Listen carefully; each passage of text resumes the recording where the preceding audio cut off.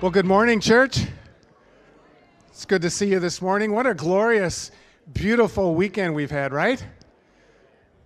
Well, it's going to be an even more glorious time here today as we worship Jesus together in this place because he is here with us and he's with you who are joining us online. Thank you for doing that. Thank you for coming here to worship Jesus together.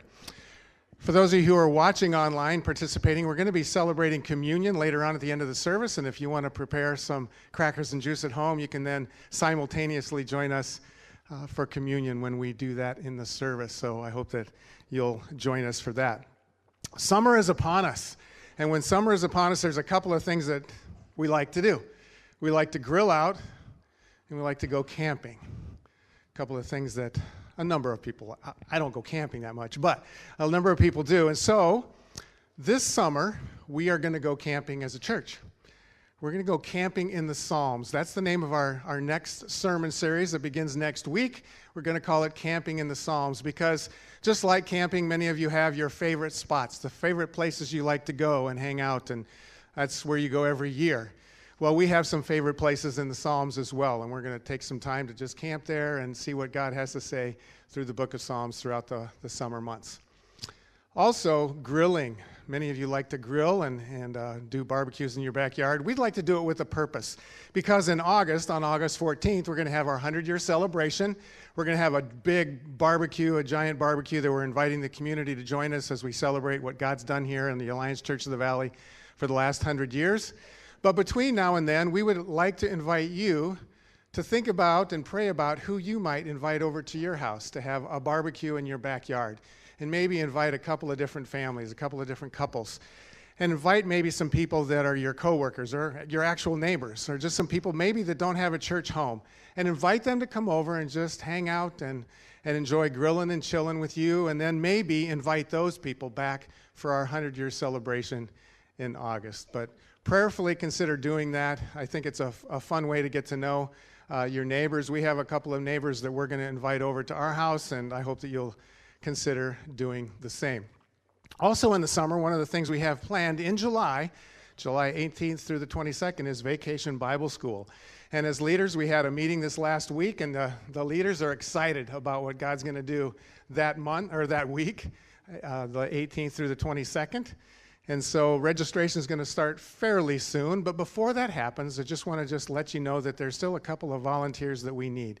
We need some volunteers with decorations and or set design and set help, and then also crew leaders. Let me explain what a crew leader is. A crew leader is just more of a supportive role. You would take a group of 5 kids, and when you would just sit with them during the story times, you would help then take them to the imagination station and some of the other stations that we have prepared during the snack time, the game time.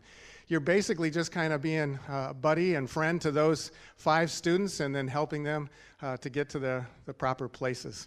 And so if you'd like to do that, we have some of our students that are going to be doing that. Our teenage students are going to help out with that. But we also need some other adults and or grandmas and grandpas. So if you have a couple of hours, July 18th through the 22nd from 9:30 to 11:30, we could sure use you. There's a sign-up sheet by the information table as you leave church today that maybe you could stop by there. If you have any questions, feel free to give us a call. Well, we have a special guest with us today. Doug Jarrett is with us. Doug is the assistant to the district superintendent. Our district office is in Appleton, Wisconsin, and that's where Doug resides. He's also the director for church planting and church multiplication in Wisconsin. And so he's going to come and share some of the exciting things that God is doing around our district as we look for some of the churches that are being planted around. A couple of weeks ago, maybe you remember that we showed a video of a deaf church that was planted in Wausau just recently. Well, Doug's going to come and share about some of the other things that are happening. So, Doug, why don't you come and share with us? Good morning. I want to share with you a couple stories this morning. One was at our new church called The Well. It's in Elkhart Lake, Wisconsin. They haven't even launched their gatherings on Sunday morning yet, but I was with them. And there's this one lady, I would say probably in the last year, has just come to Christ. Religious background. But I sat down at the table with her, and I didn't realize not only was she now sitting at this table, both her daughters were sitting there, and also grandkids were sitting there.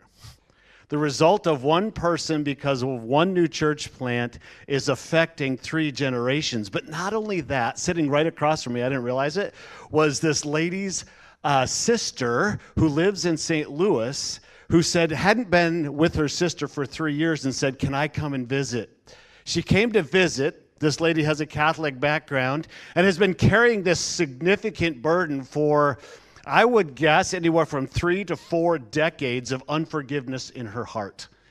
Because her sister has newly encountered Jesus and is a part of this church called The Well, this sister that weekend had a major breakthrough and forgave this person that goes back about 3 or 4 decades.